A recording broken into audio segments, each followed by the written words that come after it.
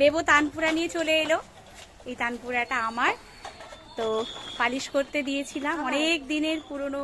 আরে দাঁড়াও, আস্তে আস্তে আস্তে ঠোকা লাগছে, দাঁড়াও তুমি দাঁড়াও, আমি নিয়ে যাব।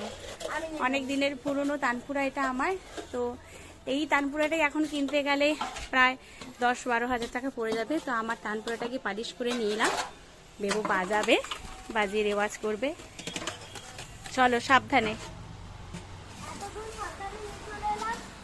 হ্যাঁ, সেই স্কুটির পেছনে বসে নিয়ে এলো তানপুরাটা। লম্বা হয়ে যাচ্ছে তবু। দাঁড়াও দাঁড়াও, আমাকে দাও, আমি নিয়ে যাব, তুমি পারবে না। ইয়ে দুয়ারি করছি, দেখো এটা টিউনিং করে দিবে।